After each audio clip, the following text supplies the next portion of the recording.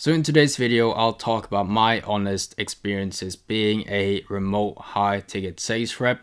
High ticket closer, inbound closer is another name for it. There's a bunch of different names depending on how you want to refer it. I'm gonna say high ticket sales rep or remote sales rep.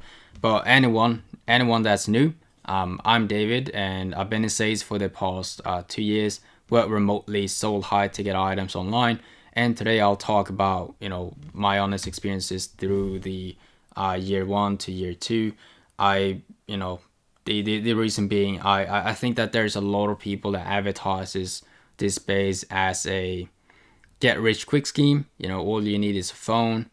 All you need to do is talk and text on your phone and you'll make $10,000 a month in 21 days, in 90 days or less, depending on how you want to put it. But the truth is, gone through a few of these courses, and they don't mention the thousands of other factors that might prevent you from hitting that $10,000 a month. They just give you the training and then they tell you to apply for jobs, which is obviously a strategy that can be used. I haven't seen or made it any efficient for me, so I will, if I'm gonna speak on their strategy, I'm gonna pull that out of my ass and be very genuine, which I'm not. Right, so let's just get into it. My honest experiences on this earth being in remote high ticket sales. The first one is, once you get into a really good position, right, you've dug out all the bullshit, all the surface level marketers, and you've really dug into the depth of what you're really doing and what type of responsibility you play for a company to be successful, right? Is that once you're positioned well, it's very easy to make a lot of money quick, like gain capital quick, because it's performance based, right? Like, you make the company a lot of money, you make a lot of money. Now, it can look like this. I make the company, let's say, $78,000 in revenue this month, and there's a good chance my leverage in that role of the company, I get paid 10 to 20% of the 78,000. So 10%, that's simple math, that's 7,800 that I make in that one single month. But times two, that's my math, 1,500, $15,600 in that one single month, which is a good sum of money. But in any way of making money online, some people may think that there is a catch, some strings attached. I'm gonna try to break this down on the how, and make it as simple as possible to get to that point. It's simple to break it down, but doing it's not gonna be easy. It's not gonna be easy to earn 10,000 in dropshipping either, Amazon or crypto, unless it's a shit coin maybe.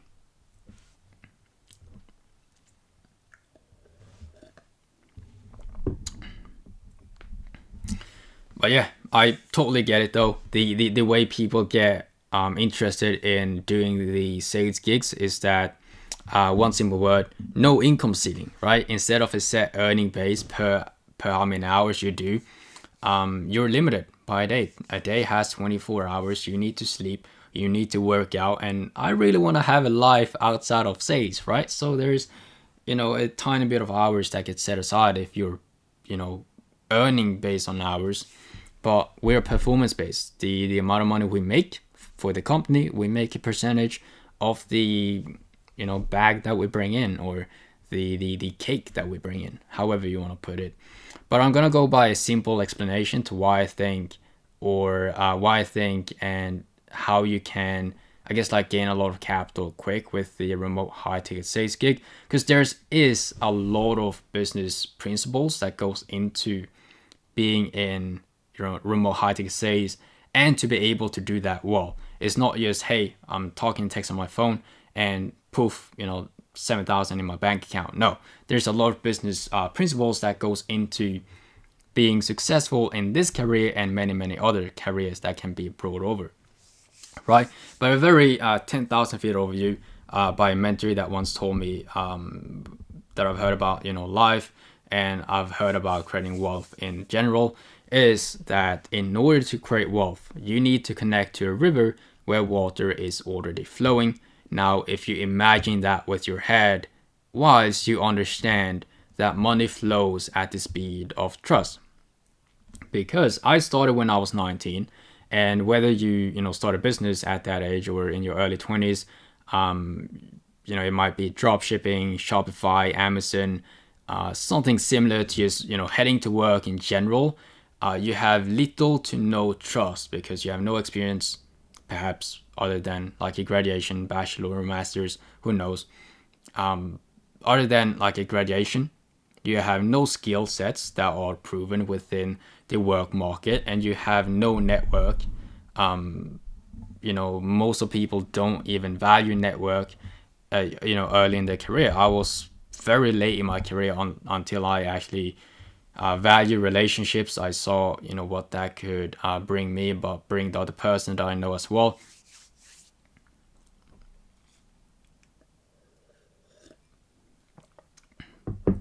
But if you understand this far, attempting to succeed without any of these three, at least one of these three, is like digging for water in a desert. It's just not gonna work.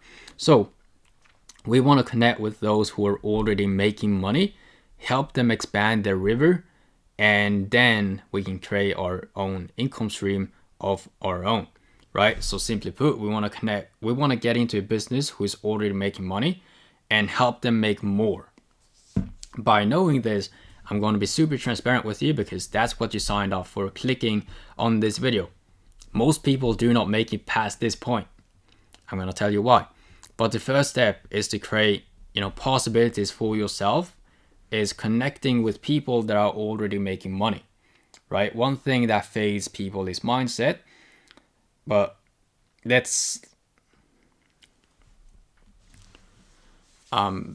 if we go by the taker and giver mindset, most people will result in being a taker. It's just like I guess like the natural thing where human falls into. Like I don't have the right word for it, so I'm just gonna carry on and describe it with other words. But we focus on what we want, what our dream is, what our goal is, what I want, what I seek. We're too used to being, transactional, like that transactional mindset. Like I do this and I get this back. I, do this set of work and I get it back, right?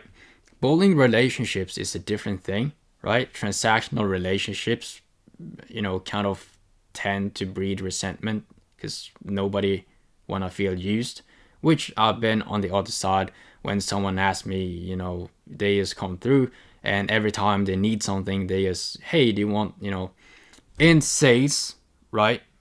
And if you've done a bit of research before coming across this video, landing sales gigs is hard. Landing good sales gigs is hard, which we'll talk about later on. But they'll text me, hey, do you have any job opportunities? And that's a very transactional mindset. It's not giving me anything, and it's just, I don't like it. So we're getting ahead of myself right now, but pretty much transactional mindset. You're getting, you're more concerned about what you're getting out of building a relationship than what you can offer and what you can give to the other person to help that person out. It becomes transactional. So heading on to the right approach, right? The right approach is value in and value out. Instead of sliding into people DMs and asking them for job opportunities, you give value. And giving value comes in different formats. It comes in different shapes, depending on who you're speaking to. You want to keep it personalized on where they are and where someone want to go, how someone looks at business, and it's just like different shapes of help that you can offer. You want to be able to give value to that high level person that is, one, making that money that you want to make. Two, know others who are making that money you want to make. Three, is on a great projection to get to that level. And and to let you know why a lot of people fail, because we are too scared to connect with someone of higher level because we don't want to, screw something up. We don't want to fail. A limiting belief that comes up is like, this person will never talk to me. I'm just a college kid. This person will never talk to me. I cannot add value, which is true. We can add little to no value, but it, comes to being resourceful. Sometimes I would even ask that person, how can I help, right? And they'll say exactly what they need for help, right? That's a way to network.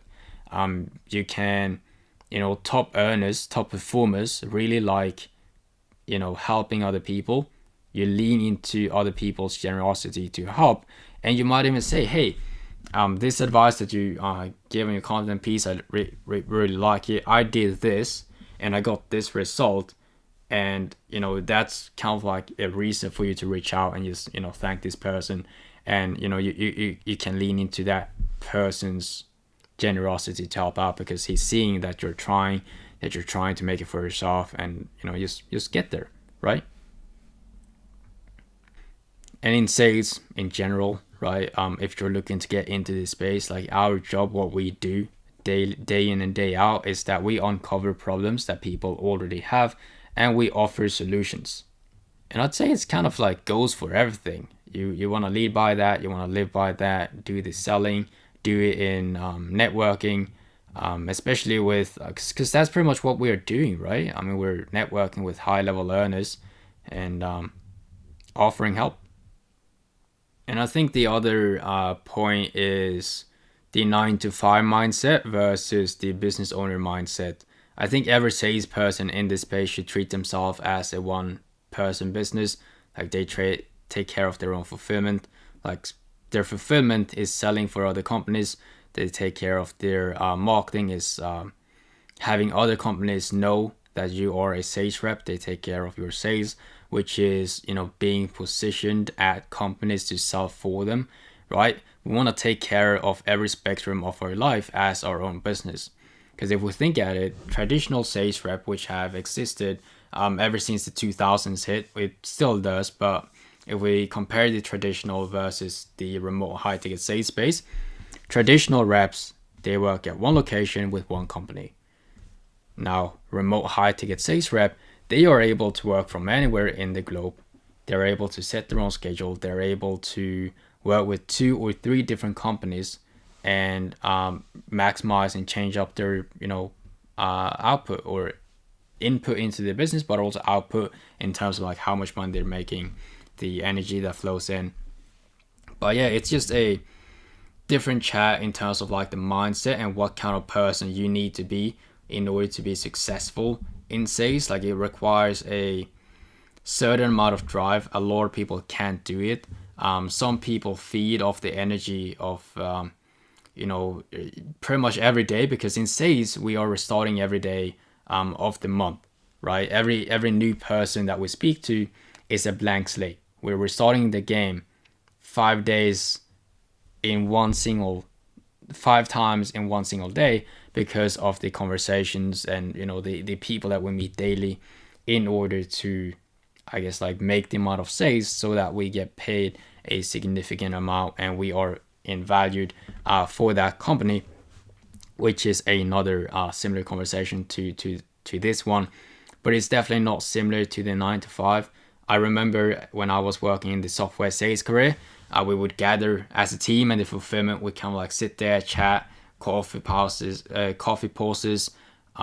They'll just click on buttons. As long as they can click on buttons and just integrate this, install this for a client, they'll just look up to each other and chat. We can't do that in sales. We need to be focused. We need to listen to our prospects. We need to be in another different room. I can't sit in one single room where I'm hearing other voices and I'm not kind of like hearing the other person on the screen that I'm supposed to listen to, because people come because they want to feel heard. They want to solve their problems. We want to listen like our life depends on it. So we can't sit around, chat. We want to be very present within our moment, and that requires a lot of skill, right? Like there's thousands of other factors that plays a role in making quite a lot of money in this space. like time management. We want to get as much done in a day as possible. We want to get every single output in there. We might have 5 calls a day that takes an hour each. Between those calls, we're able to make outbound calls, increase the repetitions, increase the opportunities for us to bring in another deal that is a direct impact to how much we're gonna make in that single month. We want to be able to manage our own energy, right? We don't want to drain ourselves the first week, right? We want to sustain ourselves day in and day out to really take care of our body. Now there's mental check-ins, there are stress management, there are so many different management things if you want to be a high performer, but compared to maybe fulfillment where a salary is like already set, and you just need to follow like a schedule and do it. It's a lot more I guess like action done with precise precision when it comes to the sales world, in my opinion. But the fulfillment teams, I'm not saying it's all of them, but I think that a lot of those individuals who have is in different departments than sales don't understand the value of time and other factors that salespeople do, right? They get paid regularly. They are able to half-ass things throughout a month. They're able to, shit happens, all that stuff, and just, and the half-assing stuff sometimes can cause the sales a lot of problem, because if we're not making sales, the company is not fed, and all teams are kind of like reliant on each other, which I understand. But yeah, that's just another story, I guess. Now, we will talk about, we have talked about fulfillment, and you will quickly understand that sales opportunities like is a determined factor to whether you will succeed or not. And these are sales opportunities, like meaning like the company you work for matters. It is more than just a skill set and experience that plays a role when it comes to the success of somebody in remote high ticket selling. Let me explain though. Let's say it like this: a company where it historically never had a sales rep make 5K a month before, you will not jump in there whether you are experienced or not and make 7K, even 10K. That company has bigger problems than your skills and experience to be able to hit higher numbers. And yes, they may have progression and a great a view of a landscape of what they're trying to do. Every business has. But do you want to waste your time on someone else's dreams and hopes and where the business will be at? Or do you want to get with a company and commit with that company that has several of salespeople that are making that money that you want to make, and has a history of data to do that consistently to prove it to you on paper, right? You want to be able to qualify opportunities to be real.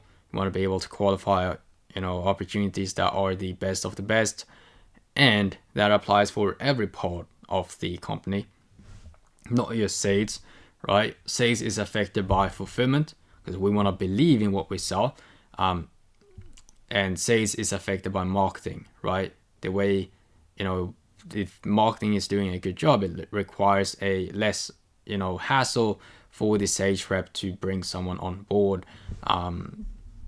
That's pretty much it. And I think everyone has kind of like fallen into the trap where they believe the business will, take off.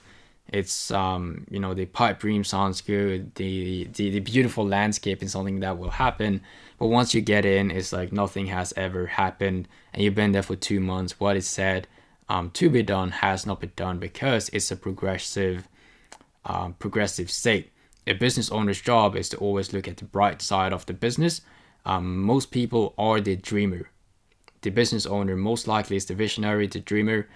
But we often forget that there has to be a critic.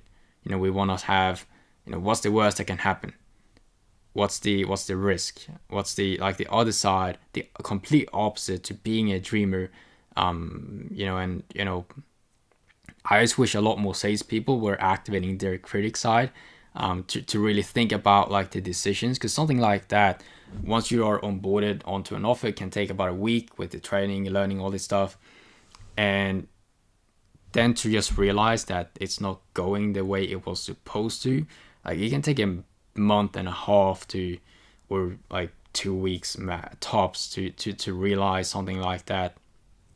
But yeah, the way to find good companies are never mentioned on courses and coaching groups that teach you skills, and they tell you to apply for jobs on LinkedIn. 100 applications sent in and you're rejected, because all you have is done training behind closed doors. I mean, it's really no special to it. You have no experience and no network. And I'd say like these three are like the biggest ones for me, about like the learning lessons from approaching this space. And I'm just glad that I managed to overcome all of that. It comes with time. Everything doesn't happen in 90 days or less. It comes with time. The employee business owner mindset came to me after a year, right? It may come to you within like a month or so, but it's different for everyone. And it's just accepted. And I guess like from here, because I've recorded for quite a while, if you want to learn more, me and my business partner have a free resource. Just DM me on Facebook, sales, and I'll send it over to you. You can DM me on Instagram as well. I'll get back to you with that resource on all of this that you can do if you want to learn more about sales. But that's pretty much it for now. Add a comment, like if you like if you disagree. It makes me feel good. Subscribe, and I'll see you in the next one.